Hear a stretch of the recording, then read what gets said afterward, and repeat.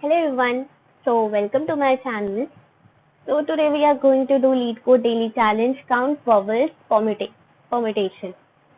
So the thing is I'd already told that I would be starting with the DP series 15 days 15 DP questions, but Leetcode daily challenges are like that they are already giving DP challenges daily. So somehow we can say that we have already started with the same. But no issues. I'll start from either tomorrow or day after tomorrow. I'll start from the DP challenge as well. But this question is also a DP question only.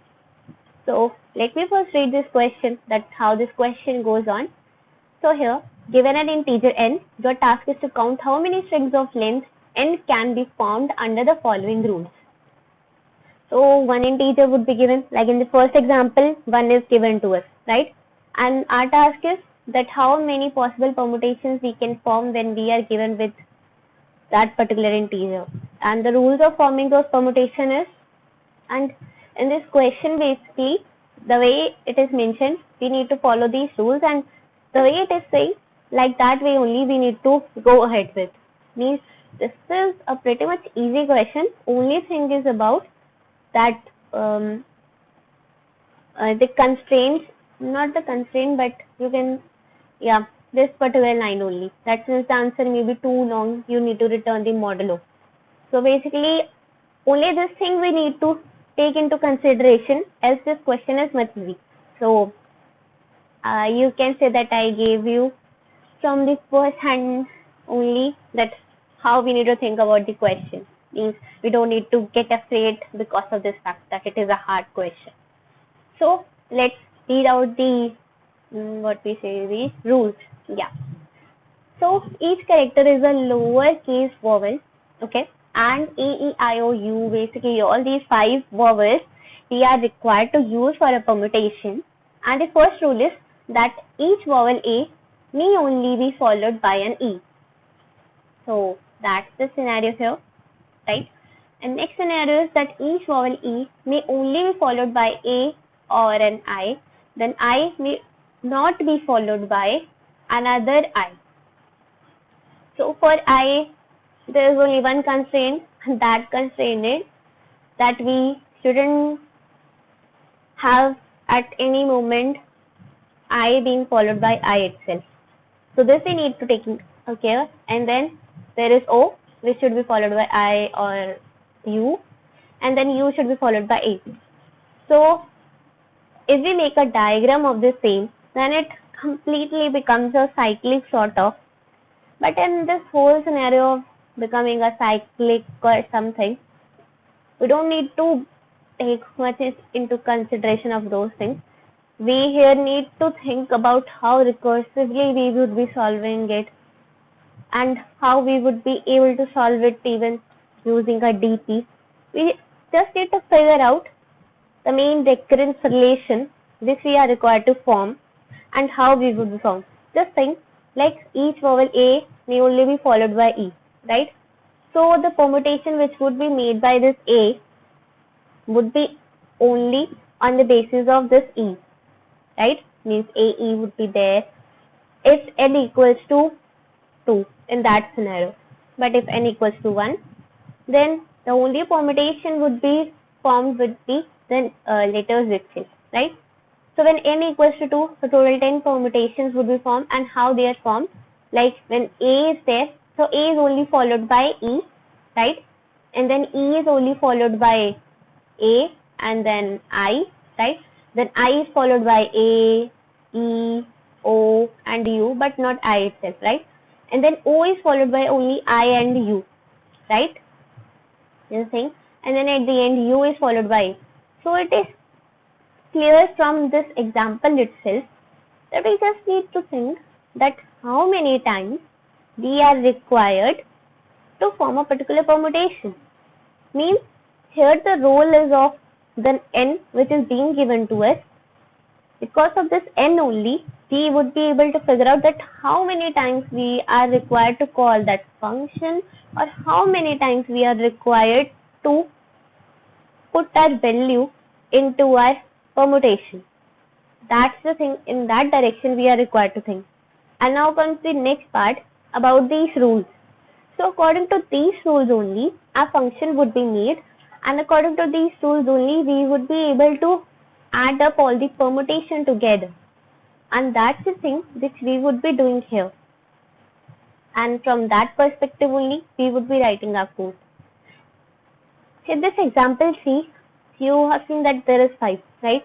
So for each letter which is being here, it will run that much time of, means it will go through that much time, and it will check out all the possible permutation which could be formed by A by taking E at its back, and by E just by taking A at its back, means because it is 5 times, right? So any possible combination could be there in the case of E following A or following I, or A and I, both of them following together, or A, I, and then after I there would be A again, something like that, right? So that's why there are a lot of possible permutation which could be formed because of this N. So now the thing is, because your N was 2, right? So that length was this 2, because they require that. When N is equal to 5, so length becomes 5. But in that, the way I explained, that A, E would be there, then after that E, what should be followed? That should be A, right? So A would be here.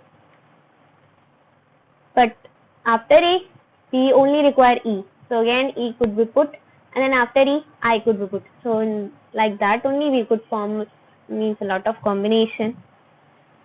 So this is how we are required to go ahead with the thing. So as you can see, the constraint which are here, that N is pretty much greater, that is 10 raised to power 4, but not that much greater that it can't go ahead with N square solution. But although the thing here is that as per the question which goes ahead with the recursive and the DP solution, so it is pretty much inside the constraint only, means it is already in solution. I would have explained you with the recursive relation which we can make. Yeah, so first thing comes up is the recursive relation which is being there. And only I'll show you the code that how it is like. So for recursion and memoization, our base case would be I equals to 0, and there we are required to return 1. Because the thing is that even if it is empty, means even if N equals to 0, right? Then in that scenario also, we would be having one permutation, and that is the empty string itself. So that's why we are returning 1 in our base case. And then for a recurrence relation, as I already told you, here the 2 variables are there. One is the length itself, and the other one is all these vowels, right? So according to vowels only, we are required to make all our permutations. So that's why we are having 2 variables, and that's why we are required to make a recurrence relation around them, and which would be having 2 variables to keep in consideration. So I would be there, and that I would be basically for the length which is being given to us, means our input N which would be given to us, and this N vowel would be there.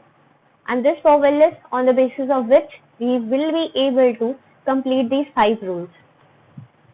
So this is how we would be going ahead with recurrence relation of the question. So just think about it, that how you can code this, because we are just required to add up everything together to get a final answer. And while adding all of them together, we just need to call a function in such a manner so that it could build up that particular input length. So that's the thing here. You could either pause the video and think about on these hints that how you can code this stuff. So till then, after you come up with a solution, you can watch it like how it is required to be done. So this is the whole how we are required to do. So now here comes the part for this recursion. As I already told you that recurrence relation is completely on the basis of this, means length and the vowel.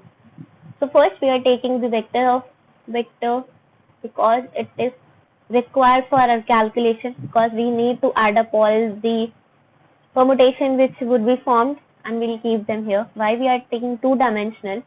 Just because of this fact, because here I and vowel, two are variable parts. So that's why we are taking it two-dimensional. And then mod, it is a requirement of question because they have told us to do a modulo because the number could be much larger. Now, this is a thing which was given to us. Means this is a function which was given to us. That's the thing. And now each row stands for the length of the string, and each column indicates the vowel. That is how we would do. And each vowel we are specifying with these particular numbers, and that is how we are going ahead. Now, according to that, we are making our memo result which we are required to return, because it is already mentioned that it could be large enough, right? So that's why it is starting only we are taking long. Or we could have also taken unsigned int also, that would have also worked, because we just need to increase the range of the numbers only. That's the thing. Now we are calling our function by running in loop. We'll each time calculate on the basis of each vowel, and each number will indicate the vowel. This is the thing. Now how they are indicating, because we are mapping them in such a manner. Now in the result, how we are simply adding up what we will get from this particular function, and here we are passing from the end and doing the modulo and storing everything in our result. Now let us go to this function, that how we are doing. So first, this is the base case, that is not the base case, because the base case is this one, and this is that memoization step which we are taking. And in this memoization step, what we are doing is that if it is not equals to 0, that is surely be having some value, right? So that's why at that point we'll return this, so that we could avoid all those extra counts which we usually take in recursion method. Now in the else part, that if it is not a base case, now we are doing all this. The way earlier I told you that if in this question we are required to do all the condition satisfaction of all those 5 conditions. So according to that only, what we are doing is we are calling the function according to this particular, because we were mapping that A maps to 0. So at this point, if vowel equals to 0, then what we are doing, we are directly now counting out all the possible permutations which could be made with the vowel A. So we are keeping that count in this particular 2D vector, where the first dimension is the number and the second dimension is the vowel, and that number is basically the input number. And here the function which is going ahead from I minus 1 and 1 basically is there, and then this particular vowel permutation then 2 is there, and then this 4 is there, and then we are doing the modulo for the same, because as per the rules which were mentioned, we are just going ahead for the same.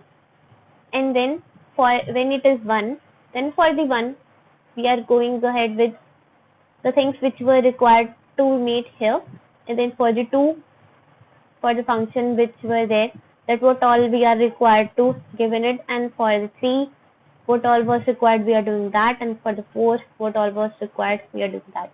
So according to this only, we are going ahead with every possibility which is being there.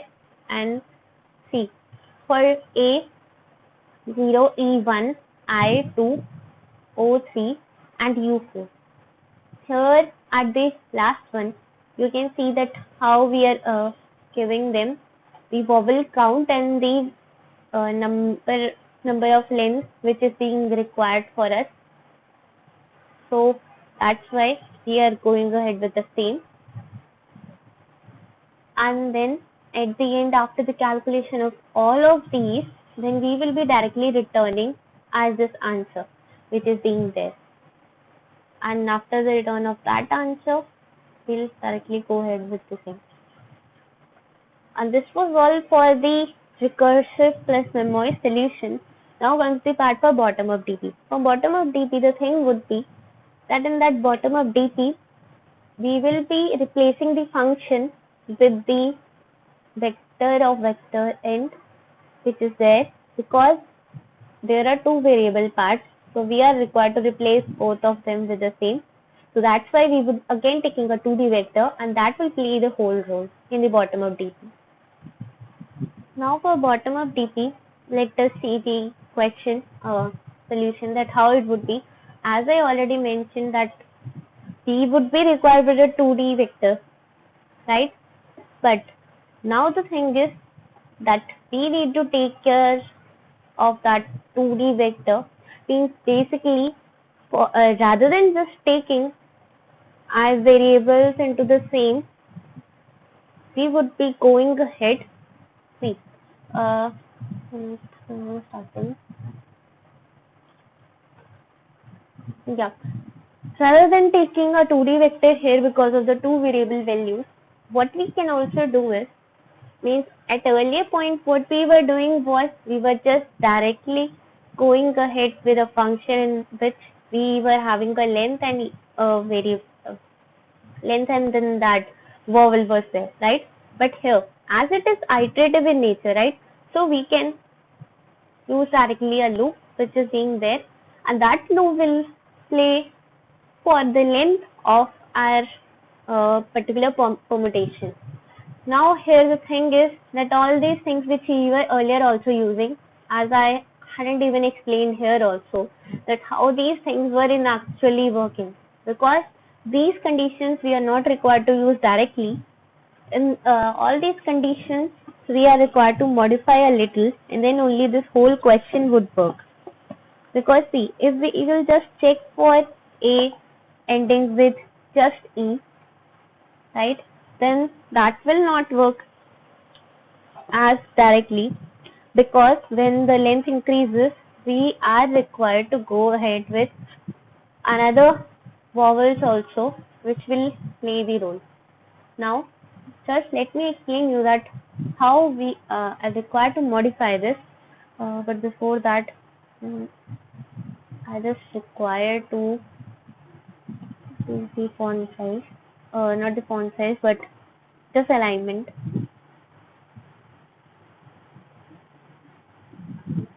because it is lined on both boards so it won't write well.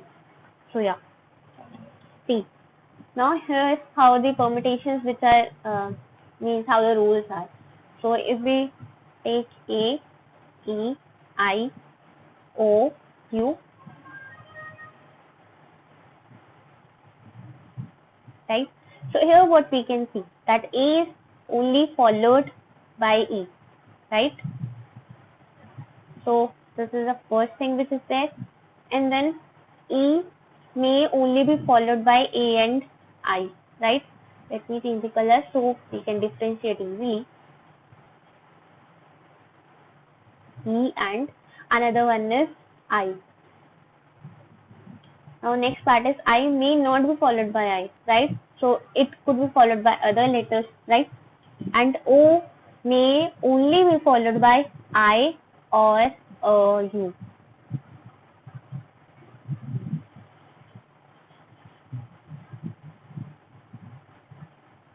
And then U is only followed by and A.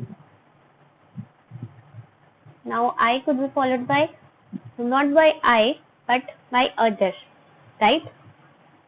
That's the scenario here. So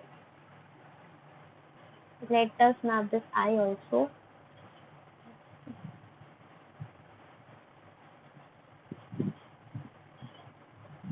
So I can follow this, I can follow this, I can follow this, and I can be followed by this, right?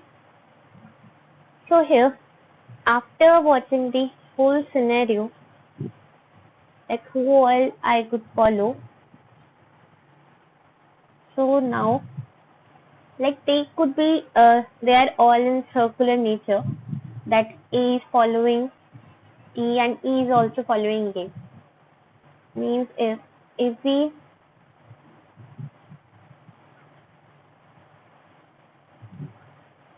do something like this, right? This becomes a circle that both of them are following each other. Then I is following E, I is following A, I is following U, and I is following O, right? And here we can see that I is being followed by O, and O is following U, and this U, after that A is there, right? So according to all these scenarios, like what we can conclude, that here the things are transitioning in that manner, that cyclic nature is also there, and moreover they are easily able to go ahead with adding up all of them one by one in such a manner that they form all such equations. Means basically, if we check for the A, although it is only followed by E, means A for A is only followed by E, but it could also be followed by I also and U also, the way it is being here. So that is the scenario. See, if we check here, so after A, E is there, and E is following I also, and I follows the O, and I also follows the U. So in all these scenarios, like if we take this thing, then it could follow U also, because U can easily follow up A, right? So that's why we can easily follow up all of these. And then about E. E have two options already, which is A and I. And then I here can't follow itself, but it can follow all other. And how I is ongoing is the nearest one which are there, that is E and O. And further from there only, it can easily follow with A also, and from O it can follow with U also, right? And then comes the part for U. Now U is the one which can directly go for A also, and then I also, and O, and U is being followed by this O. But here if we see that I comes towards the U, and then O is the one which is already going towards I also and U also. So here you can easily get the I count also and O count also. So this is the scenario here which is ongoing, and on the basis of this only we are easily able to get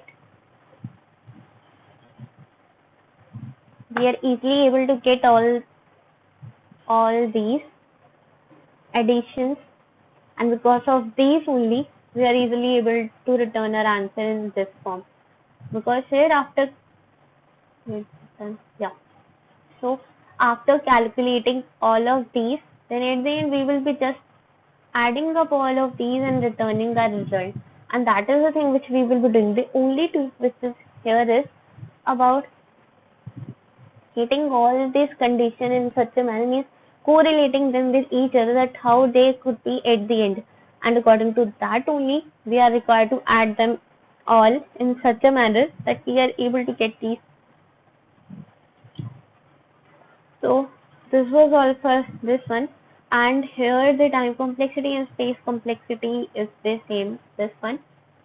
And so this was all for this question. Thank you.